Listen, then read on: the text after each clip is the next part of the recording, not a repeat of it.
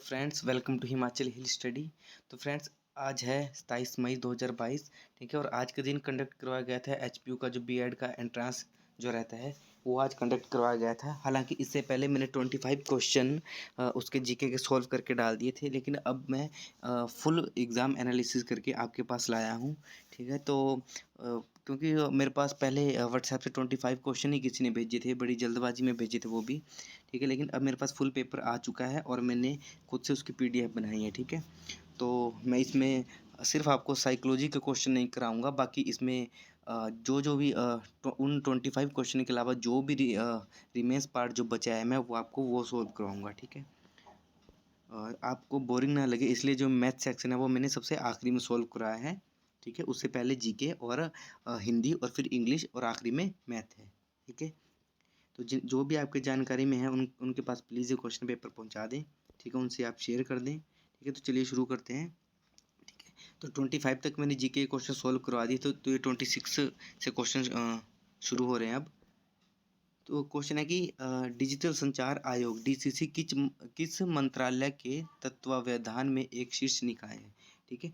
तो ये option number 20 सही रहेगा। ये मिनिस्ट्री ऑफ कम्युनिकेशन के अंडर कार्य करता है। ठीक है। अगला क्वेश्चन है कि what is the India rank in the global synthetic diamond export. तो इसमें इंडिया का 3rd रैंक है। अगला क्वेश्चन है the planet that moves around the sun at the highest speed. ठीक है। तो आप जानते हैं कि जो मरकरी है वो काफ़ी हायर स्पीड से मूव करता है सूर्य के अराउंड। ठीक है। ये इसका हिंदी वो था। तो अगला क्वेश्चन है who wrote the book the making of India. The making of India किसने लिखी है? अखिलेश तिलोटिया जी ने लिखी है। अगला क्वेश्चन पुतली के आकार को नियंत्रित करने वाला पेशीय डायफ्राम है। ठीक है। तो आप देखिए कि ये क्वेश्चन हमीरपुर बोर्ड में भी बड़े रिपीटेड रहते हैं, तो इसका आइरिस आंसर रहेगा। ठीक है।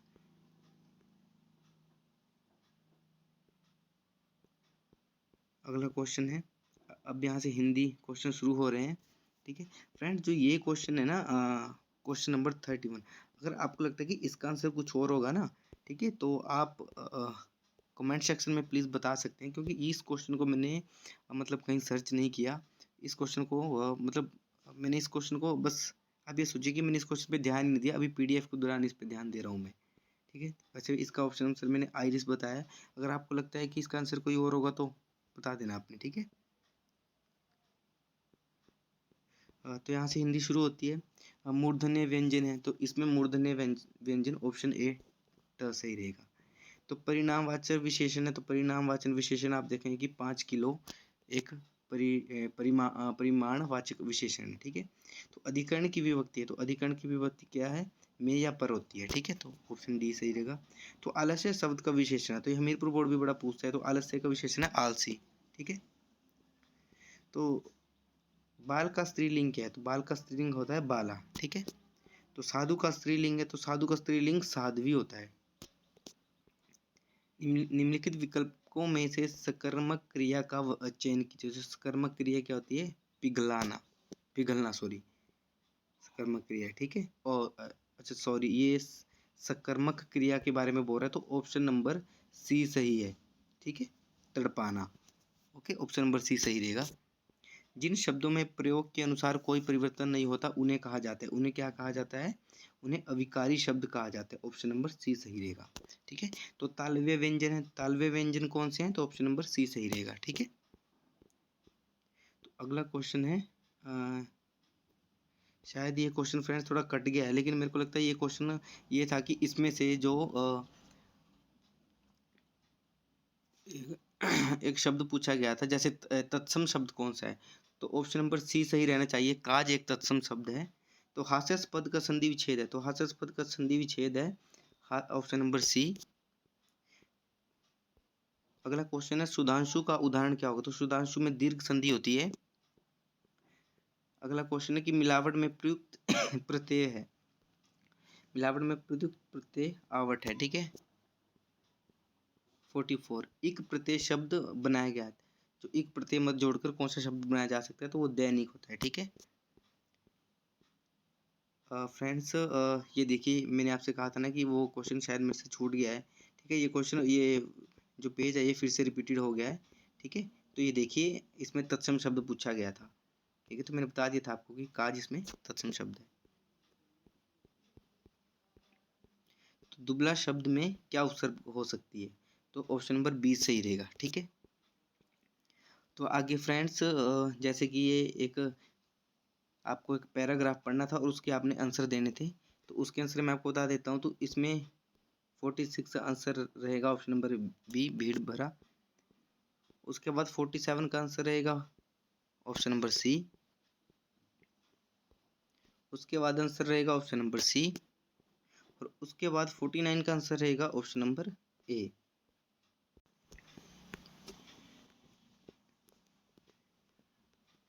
तो 50 क्वेश्चन का आंसर रहेगा ऑप्शन नंबर बी।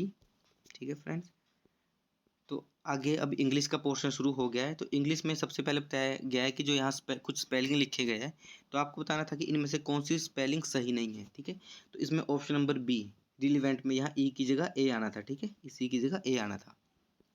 अगला क्वेश्चन कौन सा है, अगले क्वेश्चन का राइट आंसर होगा ऑप्शन नंबर ए। ठीक है, 53 क्वेश्चन है इसका। इसमें बताया गया है कि a man who waste his money on luxury, तो ऑप्शन नंबर डी सही होगा।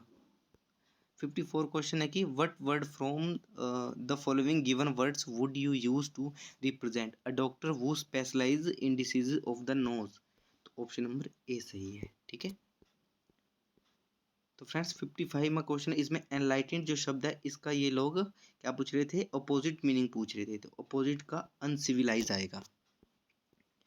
Select the correct representation of the word of the phrase, तो इसमें इसका जो करेक्ट आंसर होगा, क्वेश्चन क्या है कि he took the decision of his own accord, तो इसका right answer option number D होगा। अगला क्वेश्चन है 57 the worker are hell bent at getting what is due to them, तो इसका जो राइट आंसर होगा फ्रेंड्स, इसका right answer option number C होगा, ऑप्शन नंबर सी। ठीक है, तो अगला क्वेश्चन है fill in the blanks with the correct word from the following, तो इसका राइट आंसर होगा, मतलब सबसे मतलब जो है क्या है कि the माइजर gazed dashed at the pile of gold coin in front of, तो इसका जो राइट आंसर होगा ऑप्शन नंबर डी होगा।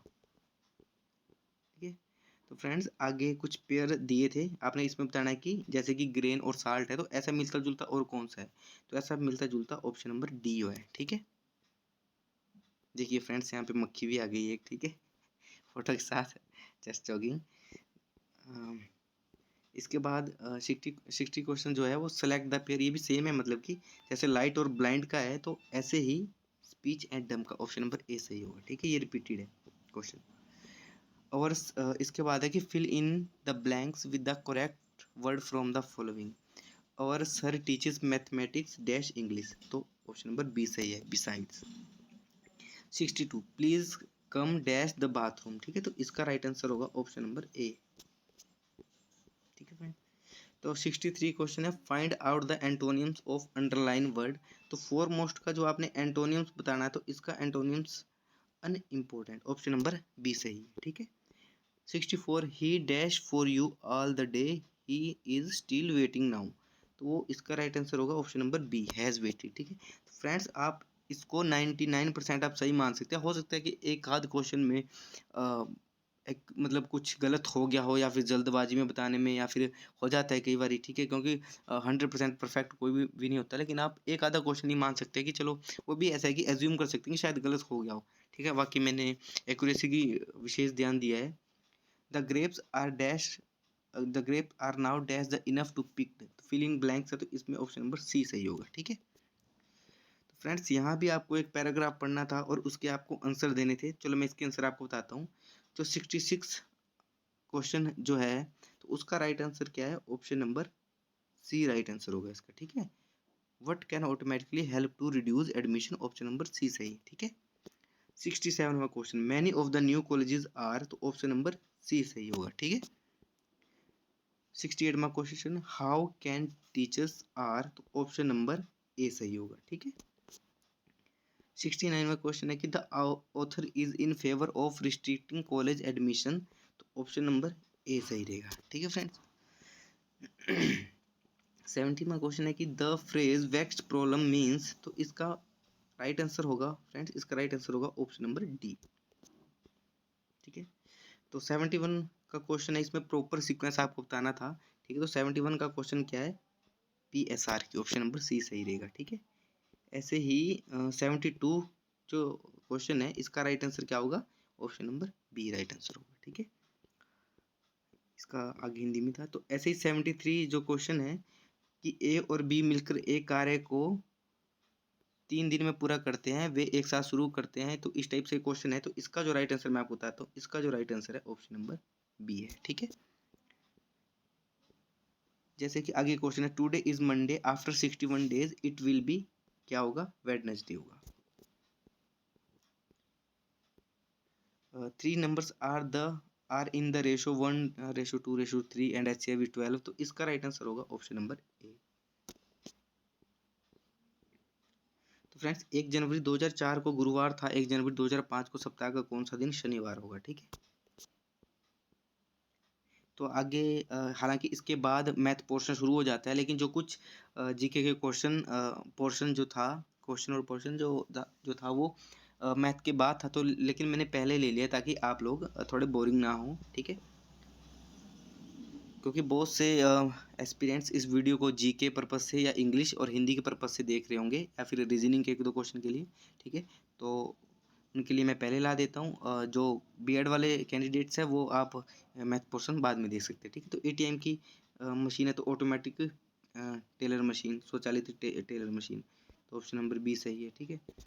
तो नीति आयोग जो बना था, जो भारत की जो पंचवर्षीय योजना को अंतिम स्वीकृति दी जाती है, ठीक है, तो राष्ट्रीय विकास परिषद द्वारा। हालांकि जो आजकल पंचवर्षीय योजना बंद है, ठीक है, क्योंकि अब नीति आयोग आ चुका है योजना आयोग की जगह। तो 94 जो क्वेश्चन है कि प्रधानमंत्री सहित मंत्रियों की कुल संख्या से अधिक नहीं होगी, तो ऑप्शन नंबर डी सही है। तो 95 में जो क्वेश्चन है, इसका राइट आंसर होगा एनसीईआरटी, ये न्यू एजुकेशन पॉलिसी पे सवाल था, आपने ये पढ़ लेना है, ठीक है। तो अगला क्वेश्चन है कि डीआरडीओ की फुल फॉर्म पूछी गई थी, तो defence research development organisation, option number B सही है। वो is the president of national development council, तो प्राइम मिनिस्टर इसके अध्यक्ष होते हैं। ये देखिए वही क्वेश्चन आ गया कि नीति आयोग या national institution for transforming India, मतलब इसने किसका स्थान लिया, तो मैंने बताया कि योजना आयोग का स्थान लिया है, ऑप्शन नंबर डी सही है। इसके बाद अगला क्वेश्चन है कि भारतीय संविधान के अनुच्छेद पूछ रहे हैं कि किसके तहत अनुसूचित जाति के लिए राष्ट्रीय आयोग की स्थापना है, तो ऑप्शन नंबर ए सही होगा, ठीक है।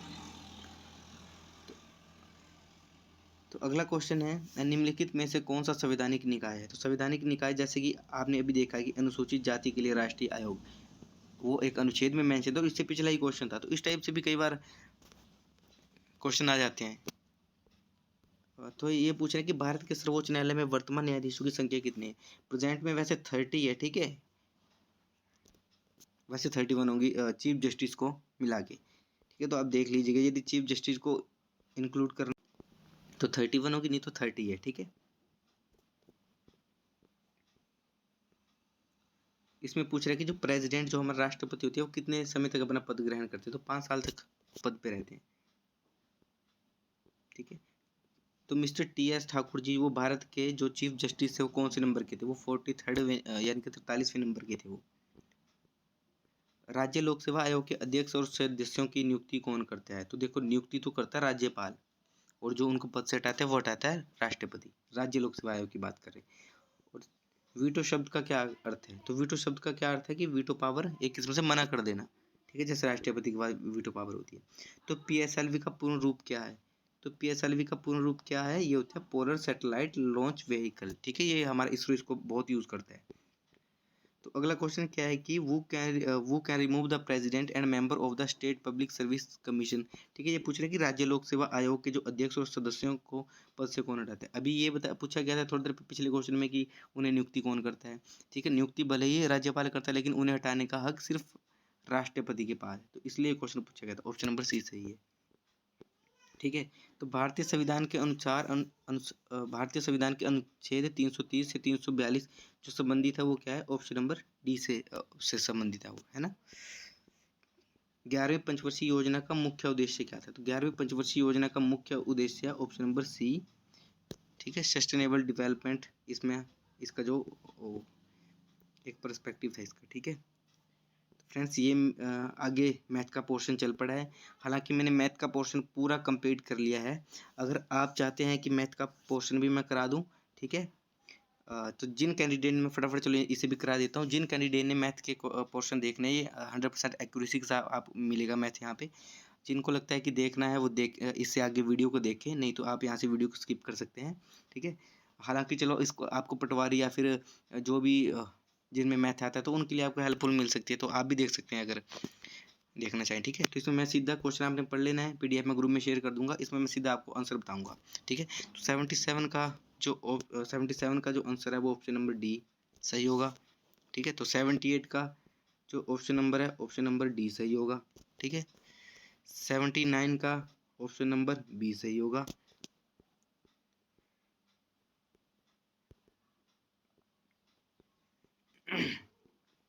जो 80वां क्वेश्चन है, इसका राइट आंसर क्या होगा? इसका right answer option number B सही होगा।